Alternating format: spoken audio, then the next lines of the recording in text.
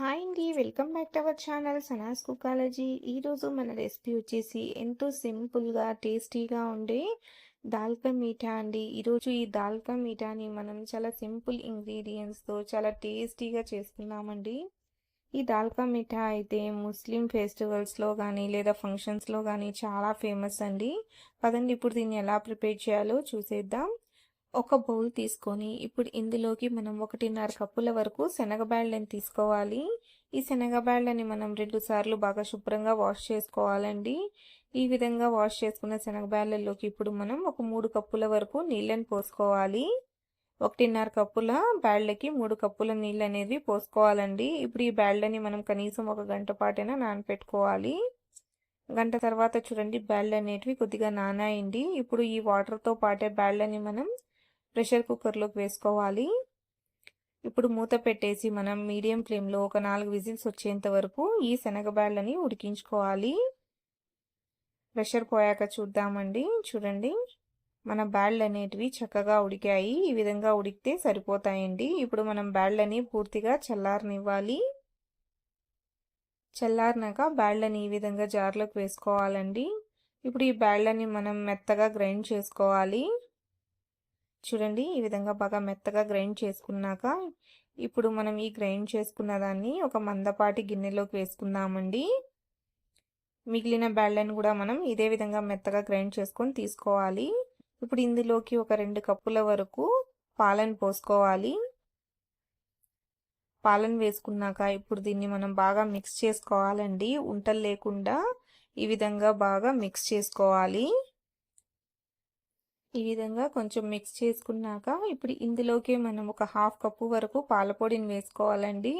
మీరు పాలపొడి ప్లేస్లో కోవా ఉన్నా కూడా వేసుకోవచ్చండి. పాలకోవా ఉంటుంది కదండి, దాన్నైనా మీరు వేసుకోవచ్చు.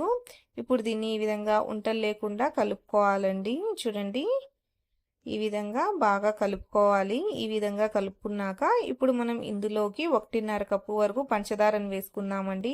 మీరు స్వీట్ ఎక్కువ తినే వాళ్ళైతే ఇంకొంచెం పంచదారని యాడ్ చేసుకోవచ్చు. తక్కువ తినే వాళ్ళైతే ఇంకొంచెం పంచదారని తగ్గించుకోండి. ఇప్పుడు పంచదారని వేసుకున్నాక ఇంకొకసారి బాగా కలుపుకుందామండి. కన్సిస్టెన్సీ చూడండి ఈ విధంగా ఉండాలి.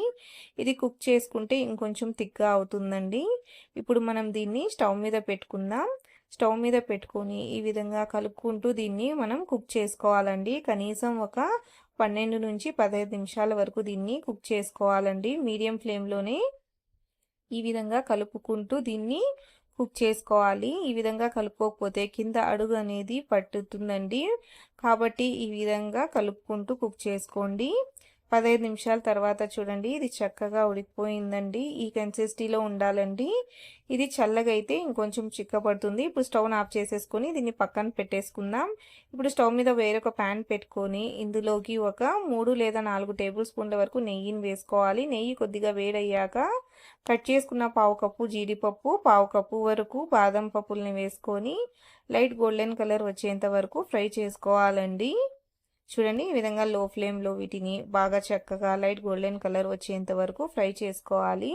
చూడండి ఈ బాదం జీడిపప్పు అనేటివి లైట్ గోల్డెన్ కలర్లోకి వచ్చేసాయండి. ఇప్పుడు మనం స్టవ్ని ఆఫ్ చేసేసుకొని ఈ ఫ్రై చేసుకున్న జీడిపప్పు బాదం పలుకుల్ని స్వీట్లోకి వేసేసుకుందాం. డ్రై ఫ్రూట్స్ని వేసేసుకున్నాక ఇప్పుడు దీన్ని మనం ఒకసారి అంతా బాగా కలిసేట్టుగా కలుపుకోవాలి. చూడండి ఇదంతా బాగా చక్కగా కలిసిపోయిందండి. అలాగే చూడండి ఇది కొంచెం చిక్కపడింది కూడా. ఈ కన్సిస్టెన్సీలో ఉండాలండి. అంతేనండి, ఎంతో టేస్టీగా ఉండే మన దాల్కా మీఠా అనేది రెడీ అయిపోయింది.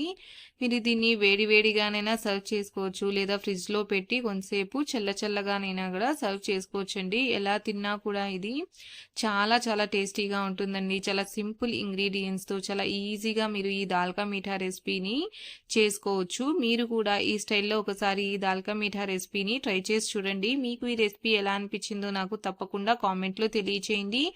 మీకు ఈ వీడియో నచ్చినట్లయితే లైక్ చేయండి, షేర్ చేయండి, అలాగే నా ఛానల్ని సబ్స్క్రైబ్ చేసుకోండి. Thanks for watching.